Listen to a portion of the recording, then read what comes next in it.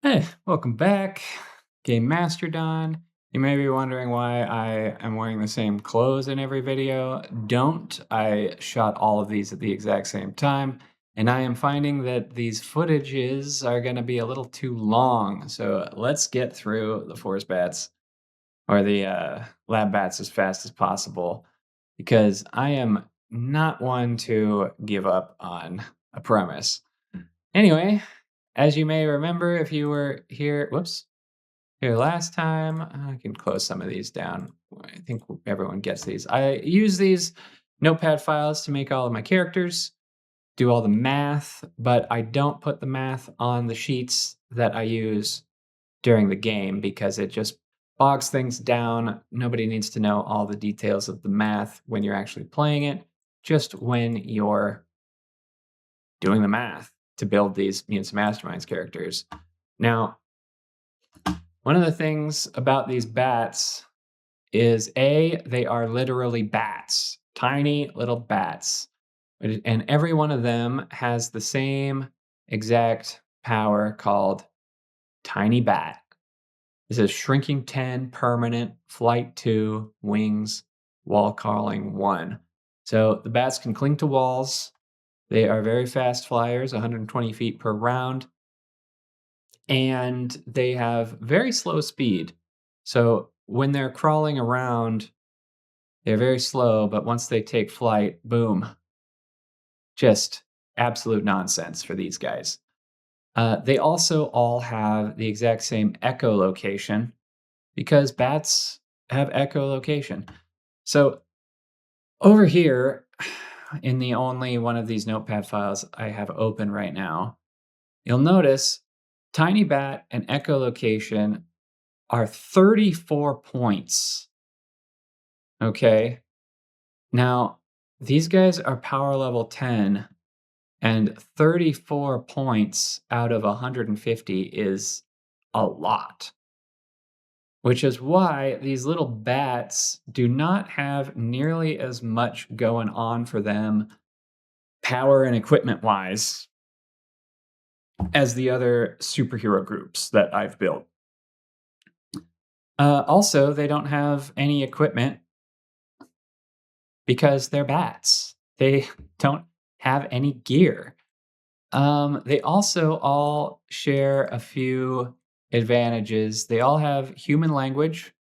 This is just so that the RP at the table is not me going as the bats struggle to understand what is going on around them. I want everyone to be able to read the words on the signs and maybe even hop on a computer. They're all mutated bats, sort of a Rats of Nim scenario. So many of them have pretty intense intelligence. All right. We're going to start off with the Force Bat. He has the Force. Yes, that Force. Easily grab anything within range using your Psychic Force. Creatures get a resistance check to avoid your attempt at a grab. You can easily smash objects into those who are too slippery to catch and squeeze directly. Move Object 10. Damaging precise. Move Object is the Force. Straight out of Star Wars. Easy peasy. Very fun little guy. He happens to be particularly skilled with perception, and all the bats are super intense with stealth because they're so tiny and dark. Easily hide. All right, Force Bat. Next up is the Mind Master Bat. Now, this guy's got a lot going on, but he is also the trigger warning character of the group. That is why I made 7 bats as opposed to 6. All the other parties, I just made 6 because 6 is the cap on the player count. But one of my players on Start Playing Games, when we were doing session 0, was like, one of my lines in the sand for the lines and veils setup during session 0 is that I don't want my personality to be altered. I don't want my agency to be usurped by some mental psychic or some drug, which is why I made 7 bats because I wanted to just check. But anyway, back to my master bat. He is a telepath. You'll notice I said thought waves functions just like sound waves. And that's one of the fun things about Mutants and Masterminds is that the reason thought waves function just like sound waves is because that is how I built this particular telepath. I did not, for instance, add penetrate concealment, which would then make the thought waves go through walls. He also has Psychic Passenger. This lets him dig into people's minds, read their thoughts, and also perceive through their senses by sacrificing his own senses. This will be particularly neat, especially coupled with mind control, which will basically allows you to decide what the character does. Of course, Tiny Bat, echolocation, nothing on the back here. This bat, though, is particularly good at, well, nothing really, except for stealth. All right, my master bat, you're done. Sand Bat, this guy I particularly like. He is Metal Fangs. All the bats have a bite attack, but the bite is like nothing. It barely deals any damage. But this guy's fangs are metal, and thus his damage is quite high and his crit range is boosted. But why he is cool is that he has Fall to Sand, which is an ability that allows him to turn any metal that he bites into sand, little silicate matter. And then at will, he can then return that sand to metal, which means that if they bother to like shape the sand in advance, they can make fun little objects. But mostly this is here to help get through doors and walls, break cover, and all kinds of other fun nonsense that they might get up to. He also has improved disarm. I don't really know why. Tiny Bat echolocation. The bats are very simple. Except for this guy, the Shadow Swarm.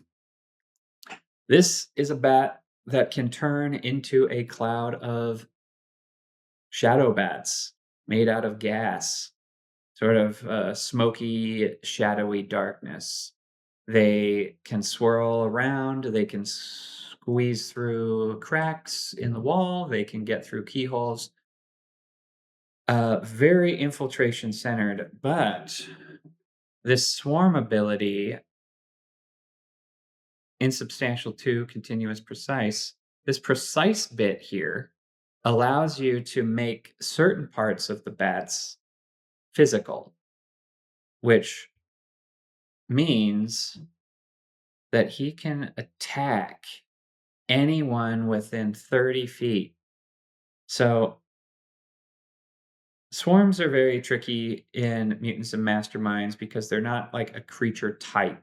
They don't have a set specific kind of rule for how they work. So you kind of just have to build around the concept. So in this case, he becomes insubstantial, smoky bats. That's just the descriptor of it. But how do we represent that? We do it with this 100 bites ability, which has reach 30. So basically, that turns this insubstantial bat into a 30-foot radius field. And anywhere within that area, he can attack anyone with a huge bonus to attack, by the way. This is probably the highest attack bonus of any of the creatures, any of the superheroes that I made for any of these Gen Cons. Turns into a bunch of bats, can slip through cracks, hide in a jar. Also, one of the fun things about being Smoke is that he's basically immune to all physical damage. Bullets, bats, claws, anything. Nothing can hit him. Fire and electricity would still work, and there will be some specific enemies that can rock that kind of damage their way. Next up is Trickster Bat. This guy makes holograms. Good old fashioned incorporeal or intangible holograms, Star Trek style. He can make them as detailed and as active as he wants, can make as many as he wants because in Mutants and Masterminds, you can concentrate on multiple effects. It's called sustained. So in Mutants and Masterminds, you have sustained and you have concentration. Concentration means you have to spend a standard action every round to maintain it, whereas sustained, you maintain as a free action, and you can do as many free actions per round as you want. So basically, since Phantasm is sustained as a free action, every single instance of Phantasm can be sustained. So you can turn each of the basically, they could make every single bat look like a full-grown human scientist, and so long as they don't touch anything, it'll work. Got a player in one of my home games that has it, and it is a lot of fun to get wild with. You can really turn a whole mansion into a haunted house with your power if you want have enough time to paint all the illusions in. Very cool. Next up, Werebat. This is the only bat that doesn't have that tiny bat power because it is looped into his Beast Within power. So basically, how this is set up is that he has tiny bat mode and Hulk out mode. In Hulk out mode, he has a terrifying paralytic scream that bathes the room in fear. This can nerf every single human in the lab that they're trying to escape. But there will be some robots that won't be affected by this. But they will be affected by his giant fists. I called this hulking brute for a reason. Give up your ability to fly around, turn your wings into giant hulking muscle fists, and see what happens. Growth 6, another 16-footer. He'll barely be able to navigate through the hallways, to be honest, but you can swap back and forth between Tiny Bat and Hulk Bat at will, many times as you want. So, but only once per turn. That's the rub. Giant Brute, the hulking brute, is an alternate effect of Tiny Bat, which alternate effects, you can only have one alternate effect on per turn. So, like, if he starts tiny at the start of his turn, he can turn big, but then he'll end his turn big. You can't, like, turn big, attack a guy, turn small, fly away. It's a simple, basic stuff. He does have a few. You may remember from the Sailor's Boon how I had the additional advantages. He's got a little bit of that. When he gets big, he gains these grab advantages. Last one. Okay. Of all these characters, last one. Arc Spray for the Lightning Bat. This is just a little battery backup bat. Classic Zap Bat. Real fun guy here. Again, tiny bat, echolocation, basic bat, but he has Arc Spray. This is a very interesting one. You may remember the Sailor's Boon yellow guy has a 60-foot cone that just deals lightning damage to anyone and anything within it. Uncontrollable lightning eruption. This Arc Spray is basically that, except it has selective and precise on it. Now, what selective does is it allows you to only affect specific parts of an area which means that this cone of electricity can be described however the player wants. So if all of his allies are within the cone, he can arc all that lightning around them to hit just the enemies. And with precise, that means that he could actually write his name onto a piece of paper. Even though this is a giant 60-foot cone with selective and precise, basically that cone is just the max area for an endless array of lightning descriptions. And after that, he has an alternate effect called ball lightning, which is just lightning bullets, rapid fire, good old fashioned shoot 'em up stuff. And he's got some accurate attack, bonus to dodge saves first area. Again, language human. Anyway, that's all the bats. And thus, that is also the end of me talking about all of these characters, at least for now. Like, subscribe, I guess. Welcome to the channel. And keep coming back. I kind of like this off the cuff ad lib stuff. That's it for my Gen Con character builds. This is what my sheets look like. This is what my note sheets look like. And catch you on the next time.